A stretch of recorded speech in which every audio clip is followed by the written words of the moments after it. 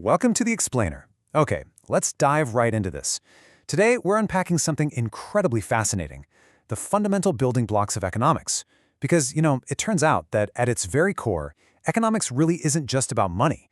It's actually the universal science of making choices. Here's the roadmap for our Explainer today. We'll start with the problem of choice, then move into understanding opportunity cost. After that, we'll look at the role of economists, tackle the three big economic questions, and wrap it all up with the types of economic systems. All right, Section 1, the problem of choice. There's this huge misconception out there that economics is all about chaotic stock markets and complex math. But really, it is deeply rooted in the fundamental human problem of scarcity and the daily choices we all face. I mean, think about it. If you had to choose right now, would you spend your pocket money on some snacks or save it up for a new pair of shoes? Or what if your school library had only 5 copies of a brand new book, but 20 students desperately wanted to read it? Who gets it first? We face these kinds of choices literally all the time because we're decision makers operating in a world with limited resources but totally unlimited desires. But to really wrap our heads around this, we need to break down the baseline of the human condition. On one hand, we have our needs. These are the absolute essentials for survival, right? Food, water, and shelter. But then we have our wants. These are the luxuries, the new gadgets, the vacations, a fancy car. And here's the catch. While our basic needs are relatively fixed, our wants are completely unlimited and constantly changing. The second you upgrade from a bicycle to a motorbike, you suddenly start wanting a car. Our physical resources simply cannot keep up with that level of human desire. Which brings us to Section 2, understanding opportunity cost. Now, what's really interesting about this is how we actually measure those choices. take a look at these two massive industries, refrigerator manufacturing and aircraft manufacturing. Both of them rely heavily on steel, which of course is a scarce, limited resource. So if a country decides to allocate more of its steel to build refrigerators, it fundamentally means giving up the ability to build as many aircraft engines. It's just a physical reality. You simply cannot use the exact same piece of steel twice. And that brilliantly illustrates our formal definition. Opportunity cost is the value of what is given up when one alternative is chosen over another. It is absolutely crucial to remember this point. Every single choice you make inherently involves a sacrifice. When you choose option A, your opportunity cost is the total value of option B that you literally had to walk away from. Let's look at how economists actually map this out using a tool called a production possibility curve, or a PPC. Just imagine a farmer. They have a fixed plot of land, a fixed amount of water, and limited labor. They can choose to grow barley, or they can choose to grow wheat. The data maps out the different combinations of maximum output they can achieve if they use their land efficiently. The trade-off is clear. If they want to produce more of one crop, they absolutely have to reduce the production of the other. So the really crucial point is hidden right here in the numbers. Look at what happens when the farmer moves from combination A to combination B. To jump from 0 up to 25 kilograms of barley, they have to drop their wheat production from 100 kilograms down to 90. That means the exact mathematical opportunity cost of gaining those first 25 kilograms of barley is giving up exactly 10 kilograms of wheat. It's a perfect mathematical representation of a trade-off. Moving on to Section 3, the role of economists.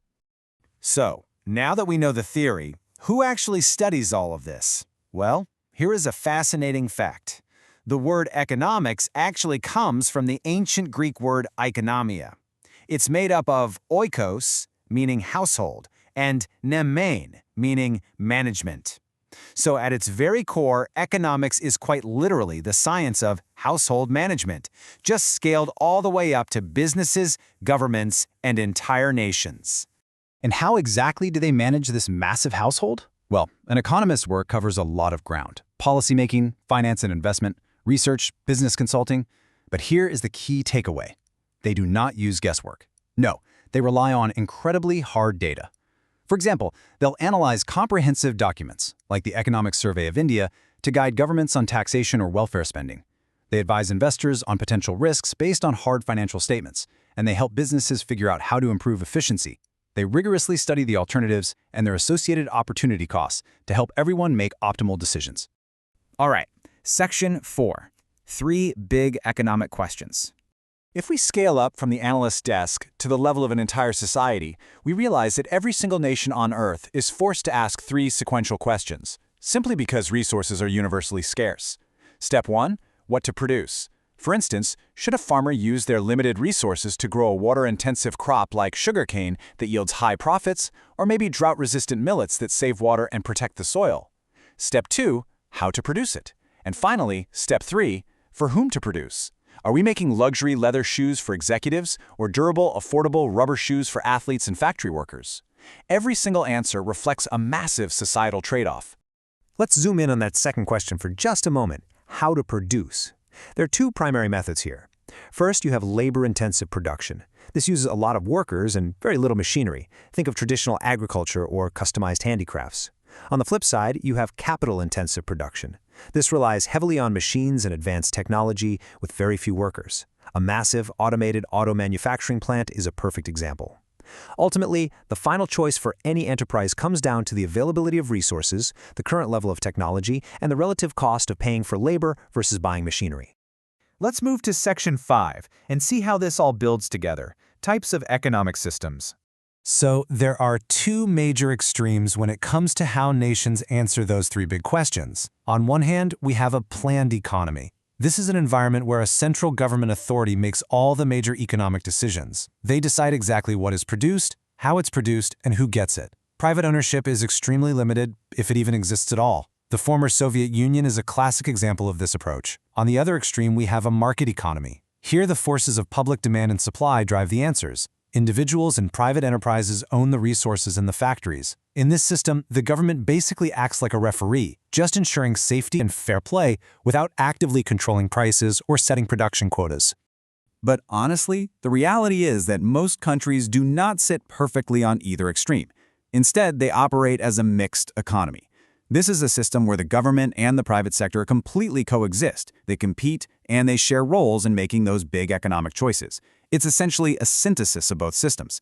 This setup allows modern nations to balance the need for public welfare and the provision of public goods, like roads, streetlights, and basic education, with the rapid market innovation and efficiency that comes from private competition.